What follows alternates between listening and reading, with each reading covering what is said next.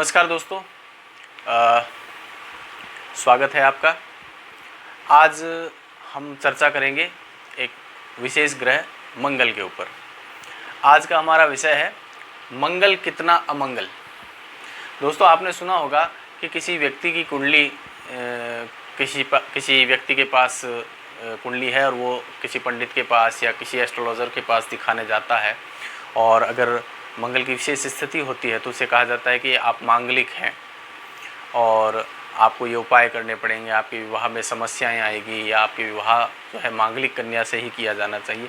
तो दोस्तों, आप तो ये जानते हैं कि मंगल जो शब्द है वो बहुत ही पवित्र शब्द है, और शाब्दिक रूप से देखा जाए तो मंगल का अर्थ है शुभत्व। पुराने समय में लोग आशीर्वाद भी ये देते थे कि आपका मंगल हो, आपको मंगल कामनाएं। तो मंगल इतना पवित्र शब्द होते हुए भी ज्योतिष में उसे एक विशेष दोष के रूप में प्रचारित किया जाता है कि मंगल की इस स्थिति की वजह से आपकी कुंडली में मांगलिक दोष हो गया। सबसे पहले मंगल की प्रकृति पर विचार करते हैं। मंगल एक एनर्जेटिक प्लैनेट है और इसके अंदर बहुत ज़्यादा ऊर्जा होती है। मंगल का मतलब क्या है? मंगल है इच्छा, हमारी एक्सपेक्टेशन। हमारी एक्सपेक्टेशंस जो है वो मंगल ही है। मंगल कहीं पे भी हो। मंगल की दो राशियां हैं, मेष और वृश्चिक राशि। जहाँ कहीं भी मेष और वृश्चिक राशि पड़ेगी, व्यक्ति को उस भाव के फल तब तक नहीं मिलेंगे जब तक वो उसकी इच्छा नहीं करेगा। जब तक वो हृदय से, मन से इच्छा नहीं करेगा, उस भाव के फल उसको नहीं मिलेंगे। किसी व्यक्ति के अगर सप्तम भाव में मंगल आ जाए या मंगल की राशि आ जाए, यहाँ सप्तम भाव जो विवाह का स्थान है, और यहाँ पर मंगल की राशि पड़ गई, मेष या वृश्चिक राशि पड़ गई, तो व्यक्ति जब तक अपनी इच्छा से तय नहीं करेगा तब तक उसका विवाह नहीं होगा। जब तक वो मन से ये नहीं चाहेगा कि मेरी शादी हो, मेरा विवाह हो, तब तक उसकी शादी में प्रॉब्लम्स आती रहेगी। इसी तरह मंगल की राशि जहाँ भी पड़ेगी, व्यक्ति की इच्छा उस भाव से जुड़ जाएगी। जब तक वो इच्छा नहीं करेगा, उस भाव का फल नहीं मिलेगा। अब हम मंगल की विशेष स्थितियों पर बात करते हैं। मंगल क्या है? जिस भाव को भी देखता है, जहाँ पे भी देखता है, मंगल की चौथी, सातवीं और आठवीं दृष्टि होती है, और मंगल जिस भाव को भी देखेगा उस भाव से व्यक्ति की इच्छाएं ज़्यादा बढ़ जाएंगी। उस भाव को वो तराशने की कोशिश करेगा। अब हम यहाँ देखते हैं मंगल की स्थिति, विशेष स्थितियाँ कौन सी है जिसकी वजह से व्यक्ति को मांगलिक बताया जाता है, व्यक्ति को मांगलिक घोषित कर दिया जाता है। तो ये कुंडली है, इसका ये भाव, ये भाव, ये भाव, प्रथम, द्वितीय, तृतीय, चतुर्थ। तो पहले भाव में अगर मंगल बैठा हो, चतुर्थ भाव में अगर मंगल बैठा हो, सप्तम भाव में, अष्टम भाव में और द्वादश 12वें भाव में अगर मंगल बैठा हो, तो व्यक्ति की कुंडली मांगलिक बनती है। अब ये मांगलिक कुंडली विवाह में किस प्रकार से परेशानी खड़ी करती है या विवाह में किस तरह से बाधा उत्पन्न करती है, तो यहाँ बैठा हुआ मंगल सीधी सप्तम दृष्टि से विवाह के घर को देखता है। ये विवाह का स्थान है, ये सप्तम स्थान विवाह का स्थान है। यहाँ पर सीधी सातवीं दृष्टि मंगल की पड़ रही है। तो इस तरह से मंगल के प्रभाव में आ गया ये ग्रह। तो यहाँ से व्यक्ति की एक्सपेक्टेशन बहुत ज़्यादा बढ़ गई। मेरा हस्बैंड या मेरी पत्नी इस तरह की होनी चाहिए, उसमें ये क्वालिटी होनी चाहिए, इस तरह की चीज़ें उसके दिमाग में चलेगी। अब इसके साथ ही अगर मंगल यहाँ बैठ जाए, तो यहाँ से मंगल की चौथी दृष्टि इस भाव पर पड़ रही है, पुनः मंगल का प्रभाव यहाँ आ गया। अब सप्तम भाव में मंगल बैठा है, तो अपने आप में ये मंगल जो है इस भाव पर प्रभाव डाल रहा है। इसी तरह अष्टम भाव में मंगल बैठा है, तो यहाँ से मंगल किस तरह से इस भाव को पीड़ित करता है, तो यहाँ से मंगल की 1, 2, 3, 4, 5, 6, 7वीं दृष्टि इस भाव पर पड़ रही है। ये पति की आयु का स्थान है, क्योंकि पति के स्थान से अष्टम भाव। अब इसी तरह से मंगल 12वें घर में बैठा है, तो यहाँ से मंगल की 1, 2, 3, 4, 5, 6, 7, 8वीं दृष्टि सप्तम भाव पर पड़ रही है। तो इस तरह से इन सारे भावों में जहाँ जहाँ मंगल बैठा है, कहीं ना कहीं सप्तम भाव जो है पीड़ित हो रहा है। सप्तम भाव पर उसका प्रभाव पड़ रहा है। तो इसलिए कहा जाता है कि मंगल जो है आपकी कुंडली में मांगलिक दोष है और आपकी विवाह में समस्या आ सकती है। अब दक्षिण भारत में मंगल यहाँ पर भी बैठा हो तो भी इसको मांगलिक मान लिया जाता है। उत्तर भारत में ऐसा नहीं है। दक्षिण भारत में तो इस भाव के मंगल को भी शुभ नहीं माना जाता विवाह के संदर्भ में। अब ऐसा क्यों होता है कि मंगल की इन विशेष परिस्थितियों में व्यक्ति के विवाह को ये कहा जाता है कि बाधा आ सकती है, विलंब हो सकता है, दिक्कतें आएगी, 28 साल की उम्र तक मांगलिक का प्रभाव रहता है। तो ये सब चीज़ें एक तरफ है। सबसे पहले हम मांगलिक जो व्यक्ति होते हैं जिनकी कुंडली में इन भावों में कहीं मंगल बैठा है तो व्यक्ति बहुत एनर्जेटिक होंगे, उनके अंदर जिद होगी, वो अपने कार्य को करने में बहुत जुझारू होते हैं, उनके अंदर क्षमता होती है और वो अगर किसी कार्य को करने की ठान लेते हैं तो कोशिश करते हैं जी तोड़ कि उस कार्य को पूर्ण करें। अब उन्हें इसी तरह का पार्टनर चाहिए होता है जो जुझारू हो, ताकि उनके अंदर किसी भी तरह का कम्युनिकेशन गैप नहीं आए। ये एक लॉजिकल बात है, तार्किक बात है कि हम मांगलिक व्यक्ति को मांगलिक से विवाह करने का क्यों कहते हैं। अब हर मंगल जनरली क्या होता है कि कहीं मंगल बैठ गया आके आपकी कुंडली मांगलिक है, परंतु ये बहुत ध्यान देने योग्य बात है कि बिना सोचे समझे, बिना तय किए कि मंगल किस राशि में बैठा है और किस ग्रह के साथ में है, हमें मांगलिक दोष की घोषणा नहीं करनी चाहिए। अब क्या होता है कि मंगल की विशेष स्थितियां कौन सी है जिसमें मंगल होते हुए भी व्यक्ति मांगलिक नहीं होता या उस पर मंगल का कोई प्रभाव नहीं पड़ता। सबसे पहले तो ये देखें कि मंगल के ऊपर किसी शुभ ग्रह की दृष्टि तो नहीं है। अगर दृष्टि है तो एक अच्छी चीज़ है कि उसके ऊपर मंगल का उतना इफेक्ट नहीं होगा। दूसरी बात, अगर मंगल मेष राशि का है, कर्क राशि का है, सिंह राशि का है, यह स्थिति मंगल के लिए खराब नहीं है। किसी के इन राशियों में अगर मंगल बैठा है तो मंगल उतना प्रभावी नहीं होगा, ठीक है। किसी का लग्न कर्क है, यहां मैं एक राशि और जोड़ूंगा, मकर राशि। मकर राशि का मंगल भी उतना खराब नहीं होता जितना कहा जाता है कि मंगल। तो मेष राशि, कर्क राशि, सिंह राशि, मकर राशि, इसके अंदर मंगल की स्थिति जो है वो खराब फल नहीं देती। अब किसी का कर्क लगन है और सिंह लगन है तो यह भी उल्लेख मिलता है कि कर्क लगन और सिंह लगन वालों को मांगलिक दोष लगता ही नहीं। उनके ऊपर मंगल कहीं बैठ जाए, उनकी कुंडली में मांगलिक दोष का प्रभाव नहीं पड़ता, ऐसा भी उल्लेख मिलता है। तो मंगल को विशेष रूप से इन चीज़ों को देखते हुए ये कहना चाहिए कि मंगल है या मंगल नहीं है, या मंगल का प्रभाव पड़ेगा या नहीं पड़ेगा। अब हम बात करते हैं कि क्या वास्तविकता में ये योग जो मंगल के दिखाए गए हैं उनके बारे में इस सत्यता है या नहीं है। तो इसका उल्लेख जो है जानकर आश्चर्य होगा कि मांगलिक दोष का उल्लेख पाराशर होरा शास्त्र में भी नहीं है।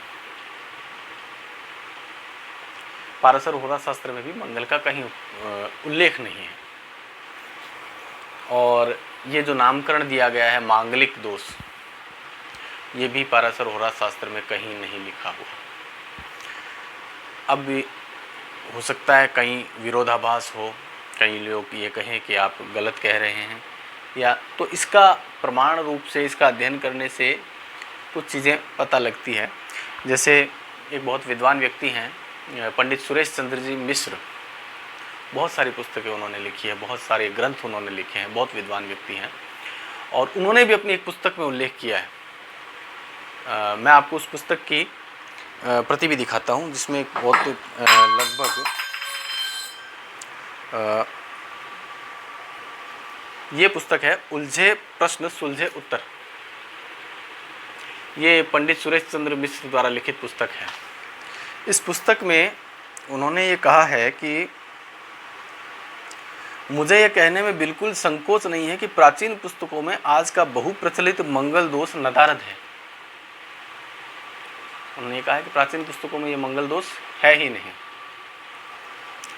अब इन्होंने ये भी कहा है कि जो पाराशर होरा शास्त्र है उसमें भी इसका उल्लेख नहीं है।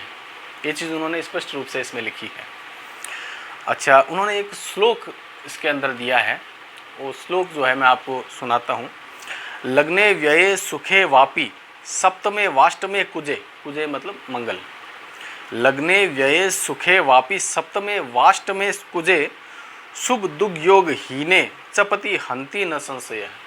ये श्लोक है, उसमें लिखा है कि अगर मंगल जो है पहले भाव, चौथे भाव, सप्तम भाव, अष्टम भाव या 12वें भाव में बैठा हो और अगर उसके ऊपर कोई भी तरह का शुभ प्रभाव नहीं है, ये पाराशर होरा शास्त्र के अंदर एक लेख मिलता है इस श्लोक का कि उसके ऊपर शुभ प्रभाव नहीं है तो उसका विवाहित जीवन अच्छा नहीं होता, वैधव्य योग होता है या अन्य सारे जो दुष्परिणाम जो मिलते हैं वो दर्शाए गए हैं। अब ये कहते हैं कि इस श्लोक को वर्तमान समय में गलत रूप से पढ़ा जा रहा है और वो गलत श्लोक इस तरह से दिया गया है। लग्ने व्यये च पाताले जामित्रे चाष्टमे कुजे कन्या भर्त विनाशाय भर्ता पत्नी विनाशकृत।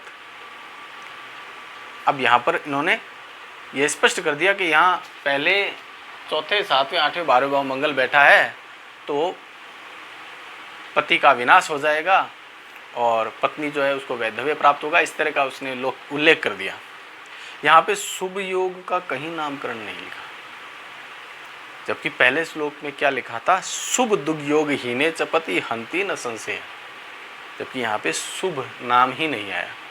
तो ये कहते हैं कि यहाँ पर ये ध्यान देने योग्य बात है कि जो पाराशर जी बंध्या योग, काक बंध्या योग, मृत वत्सादि योग, इन योगों का नामकरण कर सकते हैं, वो मांगलिक योग का भी नामकरण कर सकते थे, पर उनके इस होरा शास्त्र में मांगलिक शब्द का कहीं भी उल्लेख नहीं हुआ।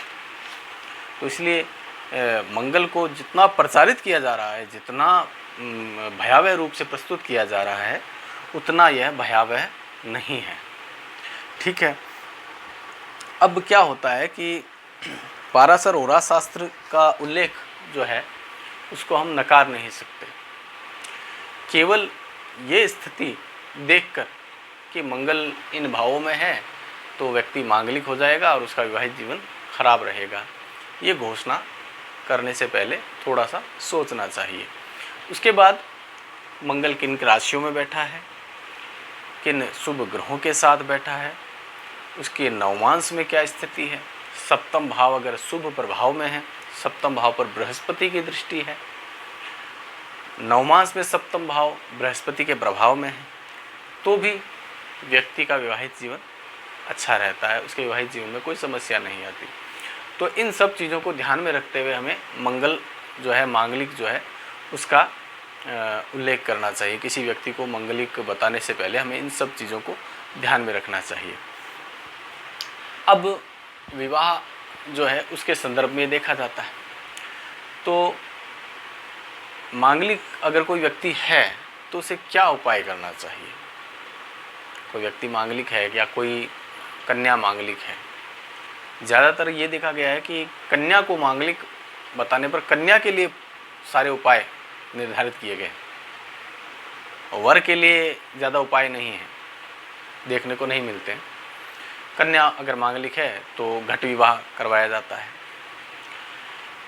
सबसे अच्छा उपाय किसी भी कन्या के लिए